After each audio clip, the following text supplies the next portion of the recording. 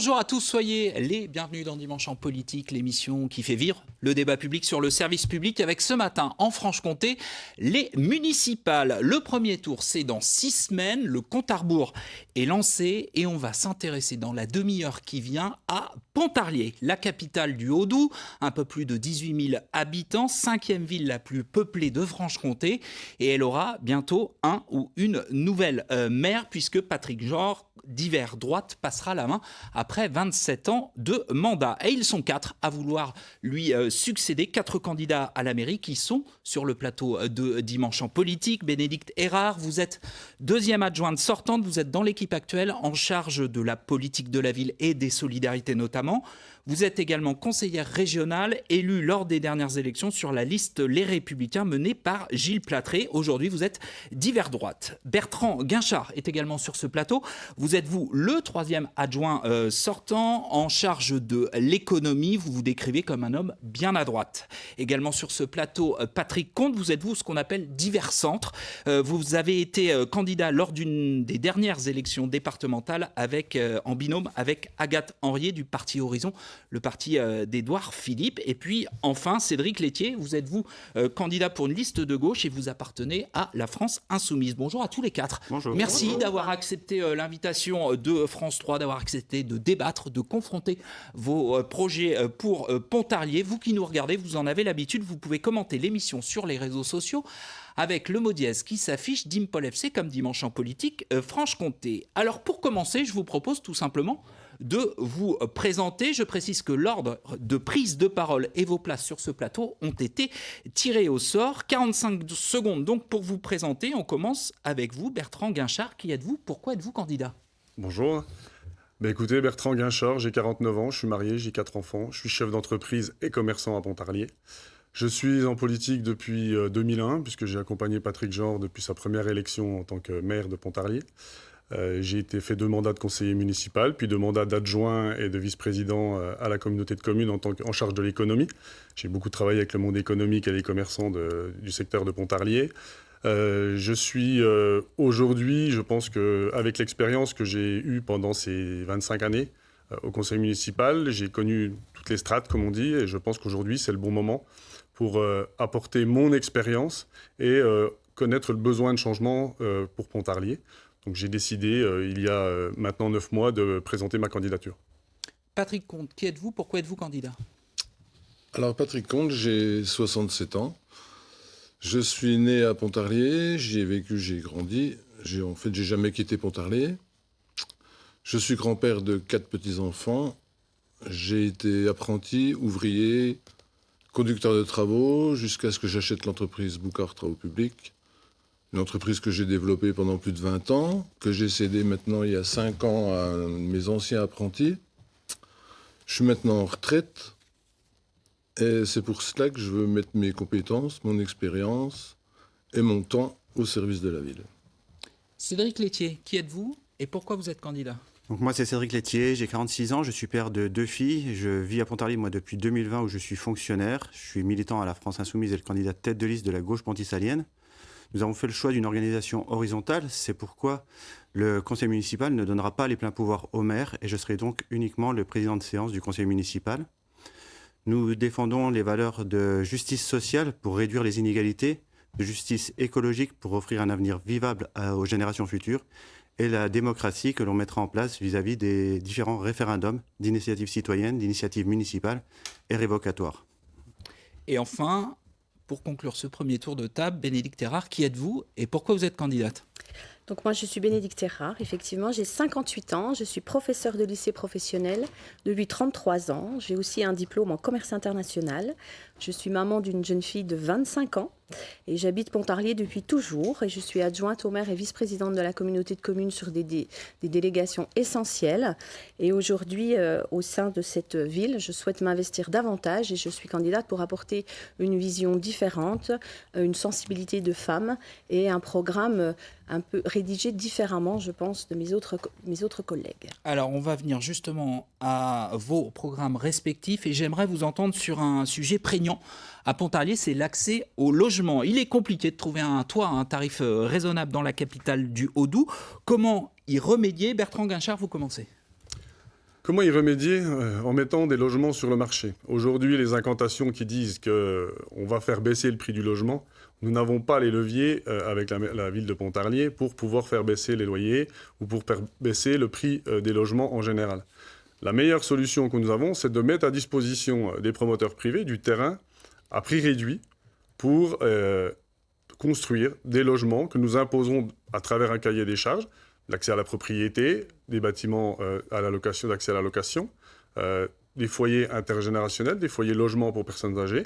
Nous construirons un cahier des charges, nous céderons le terrain à prix réduit et nous imposerons aux promoteurs de mettre à disposition ces logements 30% en dessous du marché. Ça permettra de donner un peu d'air et de trouver des solutions pour des familles de façon ponctuelle, certes, mais aujourd'hui, je n'ai pas vu une seule action concrète pour répondre aux incantations de faire baisser durablement le prix des loyers dans une zone frontalière. On sait Et vous êtes membre de l'équipe sortante. Oui, tout à fait. Donc c'est une critique vis-à-vis de l'équipe sortante de ce qui a été fait auparavant? Non, c'est pas une critique. C'est une chose qui avait été initiée par Christian Pourny, adjoint au maire à l'urbanisme au mandat 2014-2020, c'est un premier lotissement qui avait été fait de cette façon-là, le lotissement Montaigne vers le lycée Xavier Marmier à Pontarlier. Et je pense que c'est une bonne solution pour permettre d'ouvrir le logement à prix réduit à des jeunes familles, à des personnes âgées, à des personnes seules. C'est créer une cinquantaine, une centaine, 150 logements pendant le mandat pour permettre de faire baisser, d'avoir un accès à des prix modérés. Cédric Laitier? Là, si je comprends bien, vous voulez encore empiéter un peu plus sur les espaces verts qu'il y a à Pontarlier. Alors, ce qu'il faut, c'est essayer de boucher les dents creuses, comme on dit. Essayer de trouver des endroits. Il y a des endroits qui ont été identifiés pour faire des lotissements communaux. Des lotissements communaux, on sait le temps que ça peut prendre. On sait que les arcades administratives font que ces lotissements communaux ne sortent pas. Nous n'avons pas forcément la compétence pour le faire. Et donc, nous avons des endroits identifiés. Nous avons aussi, à l'intérieur de la ville, des bâtisses qui sont à réformer, à réhabiliter, à détruire pour reconstruire et ainsi apporter des logements. Pourquoi ça n'a pas été fait pendant toutes ces années, en fait? Moi, c'est ça que j'ai du mal à comprendre. Est-ce que vous pouvez nous donner, du coup, vos propositions, Cédric Laitier, sur le logement? Bien sûr. Nous, ce qu'on va faire au niveau du logement, on va faire pour qu'il y ait davantage de logements sociaux. Notre objectif, c'est de passer la barre des logements sociaux à 30%. Aujourd'hui, c'est le minimum à 20%. Donc nous, on va faire augmenter la part de logements sociaux. On va permettre aussi aux propriétaires qui joueront le jeu, justement, de mettre des loyers au prix inférieur au prix du marché. On va leur donner des aides pour compenser une partie de la perte qu'ils ont. Et puis, Donc la mairie aide les propriétaires qui louent à tarif modéré, c'est ça? Voilà, en dessous du prix du marché. Voilà. Et puis nous allons faire aussi en sorte que ces listes d'attente où les gens attendent des logements et où il n'y a aucune transparence dessus, on ne sait pas ce qu'il en est, eh bien nous, on va rendre ces listes transparentes avec des choses très concrètes, les gens se connaîtront. Et puis, on va faire en sorte aussi qu'il y ait une priorité pour les gens qui travaillent sur Pontarlier. Parce qu'aujourd'hui, il y a beaucoup de gens qui travaillent sur Pontarlier qui n'arrivent pas à se loger à Pontarlier. Et donc, parmi les critères, il y aura un critère de priorité pour les gens qui travaillent sur Pontarlier. Plus 870 habitants entre 2017 et 2023, c'est la plus forte progression après Besançon. Bénédicte Terrard, comment loger ces nouveaux habitants à Pontarlier? Alors, je pense que pour avoir travaillé beaucoup la question du logement, il y a deux types de logements. Il y a le logement privé, le logement social. Et donc, les deux ne se traitent pas tout à fait de la même façon. Donc, pour nous, la question du logement social, c'est effectivement de maintenir ce taux de logement social accessible, donc de poursuivre la construction, de permettre aux bailleurs de s'installer et de construire. Donc, l'important, c'est d'avoir de la réserve foncière, de mener une politique volontariste d'acquisition foncière pour pouvoir mettre à disposition ce terrain. Quitte à s'étaler? Alors l'idée, c'est effectivement de grignoter le moins possible. Pour autant, il y a un moment, il faut quand même que nous puissions construire. C'est une demande. Et la construction, maintenant, elle sait aussi se faire de manière à préserver l'environnement, avec notamment des stationnements qui vont permettre les infiltrations d'eau et puis du bâtiment qui tendra à la passivité. Donc c'est important qu'on puisse s'étendre de cette manière-là. Je termine mon propos sur le logement privé, c'est accompagner aussi les propriétaires pour qu'ils puissent faire les travaux de rénovation parce que quid de reconstruire si on n'exploite déjà pas les logements qui existent et qui ne sont pas rénovés, qui ne sont pas mis sur le marché. C'est-à-dire aider davantage, inciter les privés à rénover les logements. Par une OPA notamment. En fait, c'est la communication de la mairie qui n'est pas bonne. parce que ça existe déjà au niveau de la commune et de la CCGP. Il y a déjà des Justement, aides. avec un changement de maire, peut-être que la communication sera meilleure. Oui, mais vous y Tout en- étiez. tout Vous en auriez étant- pu l'aider. Oui, mais nous ne sommes pas le maire actuel et nous avons aussi d'autres visions. Et peut-être qu'on apprend aussi de son parcours. Et vous parliez de transparence. Ça, c'est un service qui est déjà fait, puisque nous avons cette fois une gestion en flux et non plus une gestion en stock, qui est cadrée par les services de l'État. Donc la transparence, elle existe. Ne perdez pas votre temps avec ça. Patrick Comte, pardon. sur le logement, l'accès au logement. Alors j'ai une approche différente. Moi. Effectivement, il y a déjà un dispositif qui s'appelle Locavantage qui permet une réduction d'impôts aux bailleurs qui proposent des loyers à prix modéré. Donc ça, c'est IDEA qui gère. Il propose aussi des aides pour les rénovations de logements. Moi, je pense que la mairie peut préempter sur certains immeubles en ville, les immeubles qui se vendront, pour les mettre à la disposition d'un partenariat public-privé afin de les rénover. Et ça, pour ça, je voudrais réunir tous les acteurs économiques, commerçants, artisans, entreprises, qui ont du mal à recruter parce que le logement est trop cher. Et ce n'est pas du logement social parce que les salaires sont assez élevés dans notre région. Et souvent, ils n'ont pas accès au logement social parce qu'ils gagnent trop. Par contre, ils ne gagnent pas assez pour vivre à Pontarlier et ils sont obligés de partir en Suisse. Patrick Donc je Comte, pense que les avantages de mêler les acteurs économiques locaux, c'est de leur permettre de loger leurs salariés et permettre l'arrivée de nouvelles familles et de nouvelles salariés. Ça résoudra deux problèmes, le problème de recrutement et le problème de logement. vous avez la parole, je vais vous la redonner pour le deuxième thème de ce débat. Quelle attractivité, quel centre-ville pour Pontarlier si vous êtes maire? En un mot, comment bien vivre, mieux vivre peut-être à Pontarlier si vous devenez maire? Que ferez-vous? En premier lieu, on va essayer de lutter pour améliorer le stationnement. C'est-à-dire, je veux vraiment que la zone bleue marche. Donc on la fera marcher par tous les moyens. Ça commencera par des tournées de la police municipale plus fréquentes pour vraiment Pour verbaliser ceux qui dépassent? verbaliser ceux qui dépassent. Oui, parce que pour l'instant, ça ne marche pas. Ensuite, on va faire le centre-ville piéton de la rue de la Halle à la rue de la Gare, avec un aménagement paysager, d'une plantation d'arbres. Enfin, on va verdir la ville, mettre des jeux d'enfants. Je veux vraiment que la ville soit un endroit où les gens ont envie de flâner. La piétonisation, elle est pérenne ou c'est une fois de temps en C'est temps? pas un essai, non. C'est tout. On peut pas faire ça. Il suffit pas d'enlever les voitures pour rendre une ville attractive. Mais certains de vos concurrents proposent des samedis piétons. Voilà, c'est pour ça que je vous pose la question, Oui, pour bien mais- comprendre les différences entre vous quatre. Non, je pense qu'il suffit pas d'enlever les voitures. Il faut vraiment un aménagement. Il faut planter des arbres. Il faut que ça soit agréable. Et voilà. Bertrand Guinchard, sur le centre-ville. C'est surprenant. Alors déjà, c'est une idée que nous avons avancée il y a quelques mois déjà, hein, depuis le mois d'octobre, que nous avions avancé de piétoniser de la rue de la Gare jusqu'à la rue de la Halle. Je suis surpris parce que sur le programme que vous avez distribué, la photo ne montre pas la piétonisation. Donc il doit y avoir un décalage entre ce que vous promettez et ce que vous avez ici sur le plateau et ce que vous avez distribué dans les boîtes pontisaliennes. Mais peu importe. Nous avons pris l'engagement de faire des samedis piétons, comme vous le disiez, dans un premier temps, pour permettre d'avoir très très vite une réactivité par rapport aux besoins du centre-ville, de voir les gens pouvoir profiter de ces espaces, profiter par mode doux, par espace vert, profiter de ces bancs, profiter de ces aires de repos. Mais ponctuellement, Au alors, centre-ville. une fois par semaine. Le samedi. Et ensuite, dans le cadre d'un de nos grands projets, c'est la réhabilitation complète de la place d'Arson, où à ce moment-là, nous ferons la piétonisation complète entre la C'est rue de la la Gare. place de la mairie pour les Oui, la non-pontisaliens. place de la Non, mais mairie. je précise. Vous pour, avez voilà. raison, il faut préciser. La place de la mairie, la place d'Arson, sur laquelle nous apporterons du verdissement, sur laquelle nous apporterons des bancs publics, nous apporterons un espace de convivialité, puisque nous voulons redonner à ce centre-ville, et là on ne peut pas faire plus centre-ville que la place de la mairie, un lieu de plaisir où les pontisaliens auront plaisir à venir, mais aussi tous les consommateurs du centre-ville auront plaisir à passer un moment, et où tous les touristes viendront flâner. Aujourd'hui, on sait que on parle beaucoup de la clientèle suisse, on parle beaucoup des touristes, mais on sait qu'ils ne viennent très peu au centre-ville. Et c'est une vraie difficulté pour le commerce local.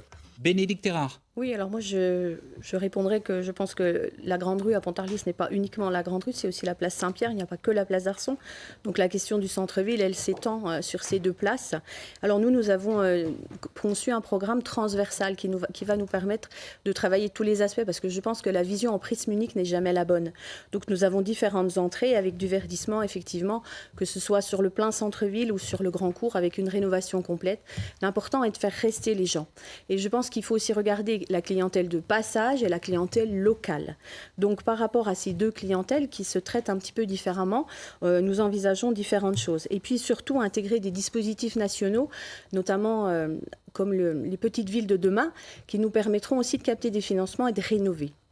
Nous avons idée aussi d'activer certains leviers comme l'acquisition de baux commerciaux ou des acquisitions de soutien, du soutien aux installations pour pouvoir permettre une dynamique dans l'e-commerce. La piétonisation, vous en... Alors nous, la piétonisation sur concertation avec les fédérations de commerçants et notamment à l'occasion de grandes d'animations marquées, mais pas systématiquement un samedi par mois. Et enfin, Cédric Laitier, sur l'aménagement du centre-ville. Alors sur l'aménagement du centre-ville, je vois que beaucoup veulent faire de la végétalisation, qui n'a pas été faite depuis plus de 20 ans.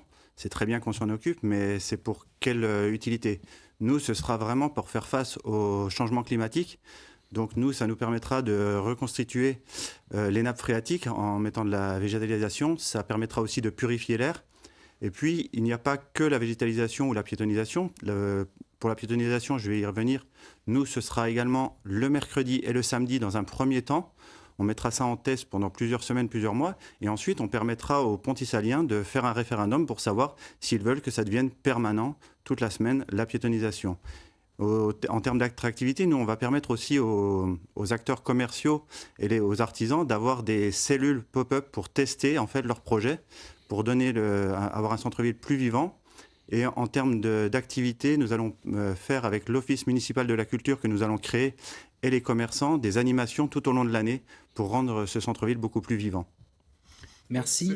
C'est rapidement, parce que vous êtes en avance sur le temps de parole, Monsieur Guinchard. C'est pareil, on veut créer, on veut racheter des locaux, on veut y mettre des gens. Tant qu'il n'y a pas de clients, je suis commerçant, je m'occupe du commerce et de l'économie depuis 12 ans. On dit des choses, on dit des belles incantations. Il faut déjà ramener du monde au centre-ville.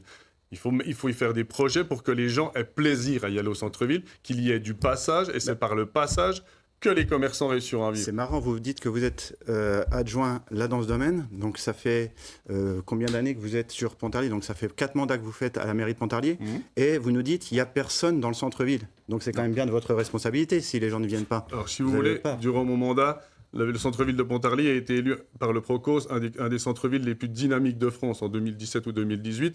Malheureusement, la période Covid a créé une bulle parce que les aides ont soutenu les commerces.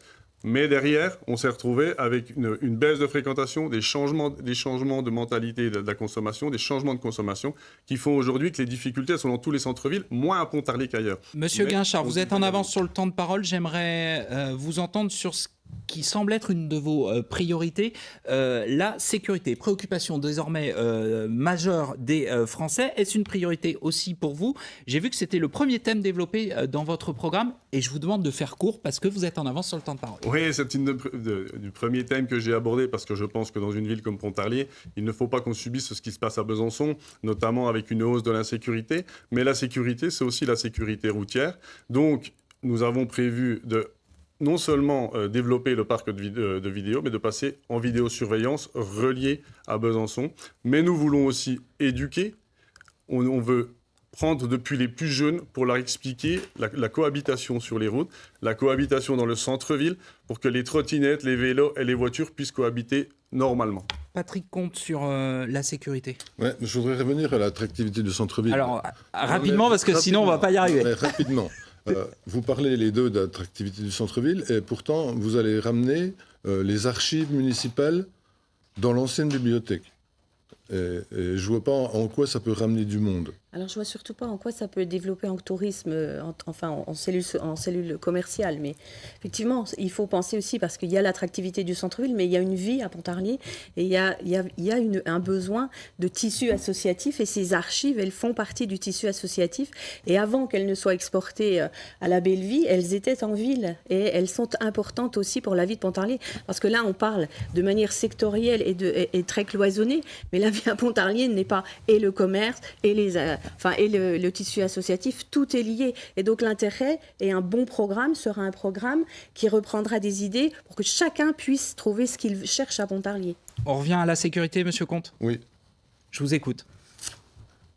Alors la sécurité, on va renforcer un peu l'effectif de la police municipale, mettre des caméras de télésurveillance dans certains endroits, hein, sur les parcs, les jardins publics où il y a des points de Surveillance ou deal. protection. Parce que vous avez dit protection. Alors là, vous parlez de surveillance. C'est pas tout à fait la même chose. Oui, si tu veux. Ah, Mais- c'est pas tout à fait la même chose. Oui, nous ce qu'on voudrait c'est des caméras qui marchent, quoi. Pas comme celles qui sont là pour l'instant, Mais puisque c'est pas la même chose. elles servent à rien. Vous parlez de caméras qui marchent, vous parlez aussi de vidéosurveillance, mais est-ce que vous pouvez nous dire, ces vidéosurveillance, quel taux d'indice probant elles nous apportent, en fait, elles apportent à la police, ces vidéos de surveillance quand même? Aujourd'hui, c'est des vidéos de Je pense protection. comme toi. C'est ça la différence. C'est que les vidéos de protection, c'est qu'il faut une plainte pour pouvoir les consulter. Nous, on veut de la vidéosurveillance parce Oui, mais- qu'on veut de la consultation. Allez, monsieur Laitier, moi je veux bien entendre vos propositions à vous parle sur de la la vidéosurveillance. Le problème, c'est sécurité. que vous attaquez toujours ce qu'on fait, mais j'aimerais bien l'entendre. Monsieur aussi. Guinchard, Ouais, vous c'est avez bien fait. vraiment beaucoup parlé par rapport aux Excusez-moi. autres, s'il Il vous n'y a plaît. pas de souci. Même si vous interpelle, hein, j'en ai bien conscience. Mais allez-y, monsieur Laitier. Nous, ce qu'on va faire justement, c'est l'inverse de vous. On va les enlever, ces caméras de vidéosurveillance. Pourquoi? Parce qu'elles sont coûteuses, elles sont liberticides et elles sont inutiles. En fait, je vous posais la question parce qu'il y a une étude qui a été commandée par la Gendarmerie nationale en 2021 qui démontre qu'en fait, il y a seulement 1,13% d'indices probants suite aux recherches qui sont faites avec ces caméras de vidéosurveillance. Donc en fait, ça coûte très cher pour ne rien apporter. Donc vous qui voulez faire d'une bonne gestion, pourquoi dépenser autant d'argent? Nous, on va mettre de l'humain. Donc ce sera soit du renfort au niveau de la police municipale, soit des éducateurs, des éducatrices, des médiateurs, des médiatrices que l'on mettra en plus. L'un n'empêche pas l'autre. Ben, l'un n'empêche pas l'autre, mais c'est des dépenses qui ne sont C'est dans inutiles. notre programme. Et enfin, Madame Erard, sur la thématique sécurité, j'ai rien trouvé dans les propositions que vous avez dévoilées jusqu'à présent sur ce thème-là. Je vais vous les dire. Donc effectivement, je pense qu'on peut renforcer l'effectif de police municipale. Aujourd'hui, élargir- 7 agents de mémoire, c'est ça, hein, à Pontarlier? 6, oui, on peut Ouais, passer à 12, 5, 5, 6, ça dépend. Voilà, entre 5 et 6 en fonction des mouvements d'effectifs. Et je pense qu'on peut effectivement la renforcer. Nous, notre idée, c'est de la doubler d'ici la fin du mandat. Et puis d'élargir surtout les plages horaires pour avoir plus de présence et notamment en soirée. Et puis tolérance zéro aussi par rapport au stationnement, par rapport à la propreté, à la circulation, avec une gestion intéressante et intelligente des places de stationnement.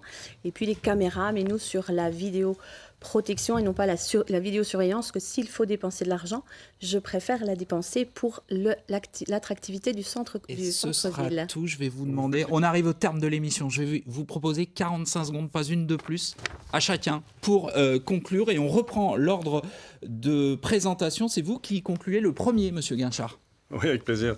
Mais écoutez, Pontarlier, c'est ma ville. Pontarlier, Pontisalien, j'ai l'impression que c'est ma famille. Et aujourd'hui, j'ai envie de devenir ce chef de famille qui va apporter son ambition, parce qu'il faut de l'ambition. J'ai pas eu le temps de développer tous nos projets, mais notamment le grand projet d'attractivité touristique sur la Maison Chevalier, qui va permettre de faire un vrai lien d'attractivité pour tout le centre-ville et donc toute l'économie qui va avec.